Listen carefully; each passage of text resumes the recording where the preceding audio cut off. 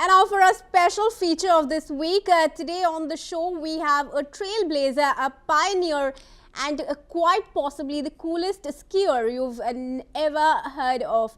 From the sun-soaked streets of Dakar in Senegal to the icy slopes of the Winter Olympics, Lamine Gueye has defied expectations and redefined what it means to chase dreams. He's faced doubt, blizzards and the world's most intimidating ski courses, and today he joins us to talk about his journey, his new documentary and what it takes to represent Africa on the global winter sports stage. Lamine Gueye is the president of the Senegalese Ski Federation, and thanks for joining us here at NewsX World's World of Sport. Thank you to you, my pleasure. All right, now you grew up in Senegal, far from snow and winter infrastructure. What specific obstacles did you really face when you were entering professional skiing, and how did you overcome them at each stage of your career? Well, keep in mind that at the beginning it was just a dream in the head of a teenager. So before even thinking about competing, I had to create the federation, because you can imagine that at the time there was no Senegal Ski Federation at all. So the first big task was to create the Senegal Ski Federation, like, those kinds of paper you don't like to do now, but you didn't like to do it when you were 17 or 18 years old. So once this was done, I had definitely to find a way to get help, to get sponsors, to get advice on how to become a professional, let's say, a ski racer.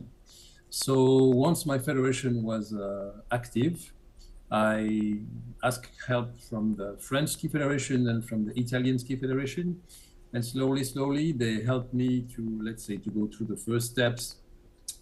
Parallel to that, I had to find like sponsors, ski material, money, anything, because when you start a dream like this, nothing is evident.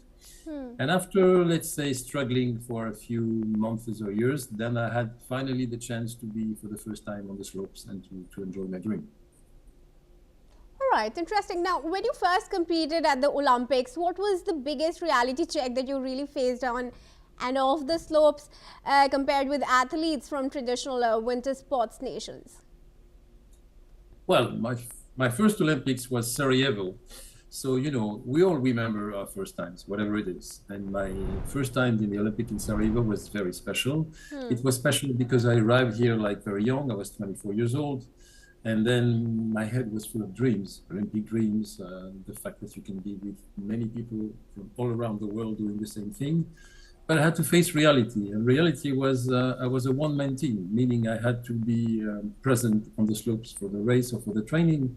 I had to prepare my skis, I had to go for the captain's meeting, I had to go for the interview, I had to go for the official things regarding the Olympics issues. I remember once when I arrived in Sarajevo, I even had to go and to make sure that they had the national anthem from Senegal. And I told them, what's the national anthem for?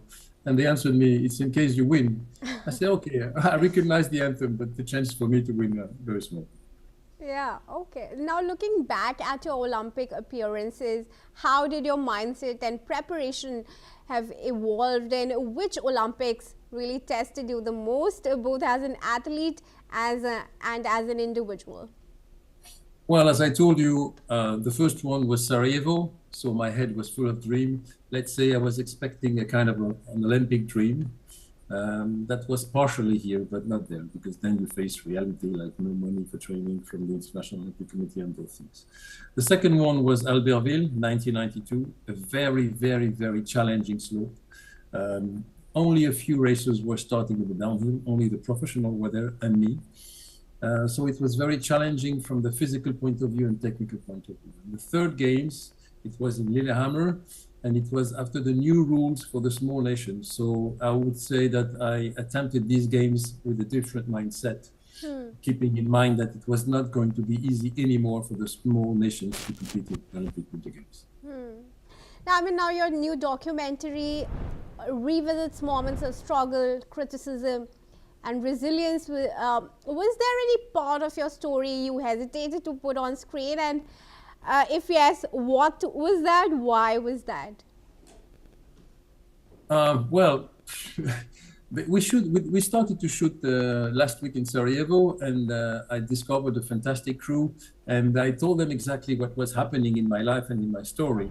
So they are trying to pull out the, let's say, spirit behind the race. And the spirit was, you can come from another country that is not supposed to be a country with snow, and do other things.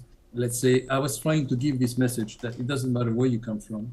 What's important is your desire to go through, and your determination, I think. Right, and winter sports, they remain marginal across most of Africa. What concrete changes are really needed, in your opinion, in funding, in training access and governance, really, to make African participation more sustainable rather than symbolic? Well, we have to obey to different organizations that rule the sport. This organization is International Olympic Committee and International Ski Federation. I think it's good to have to remember what we're coming from. In 1984, every nation had 4 places at the Olympics, 4 places at the World Championship, and 2 places in the World Cup.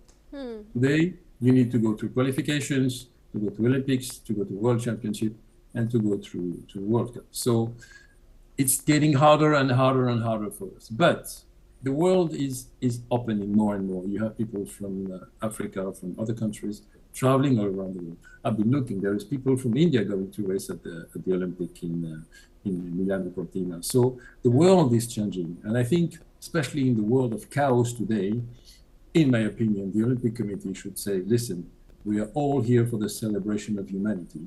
And that celebration means everybody is welcome. You cannot today, when you switch on your TV or your radio, or you're a news broadcaster, so you see the world, how it's going on, and it's getting a bit crazy. So more than ever today, I think Olympic Committee should work so much on inviting everybody to celebrate humanity. Right, that's a great message. Now, with the Milan Cortina 2026 games approaching, what are your realistic expectations for yourself and for African representation? And what would success really look like to you at this point in time in your life? Well, I don't think there will be many racers from African continent. There will be some, and from non-skiing continent, there will be some. But you know, Olympic Winter Games, you prepare that like years and years and years in advance. I hope these games are going to be fantastic and full of sport, and I hope that the spirit will be there. What is really important for me, I would like to hear, if I had, let's say, a dream, I'd like to see at the end of the games, you know, at the end of the Olympic Games, you have the closing ceremony, and they say, okay, we give you appointment in 4 years for the next games. And the games in 4 years will be in France. In 2030. And France is also the country of the Déclaration des droits de l'homme that says that every man was born equals and will remain equals, at least as regarding the laws and the rights. So maybe it will be an interesting task for the International Olympic Committee to go back to the former formula, meaning everybody is invited, even if we are not top 500 in the world, or if we are not like a big nations or big continent ready to spend money. More than ever today, we need that kind of brotherhood in sport. Indeed. Well, I hope your message is taken.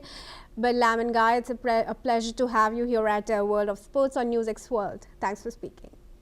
Thank you to you.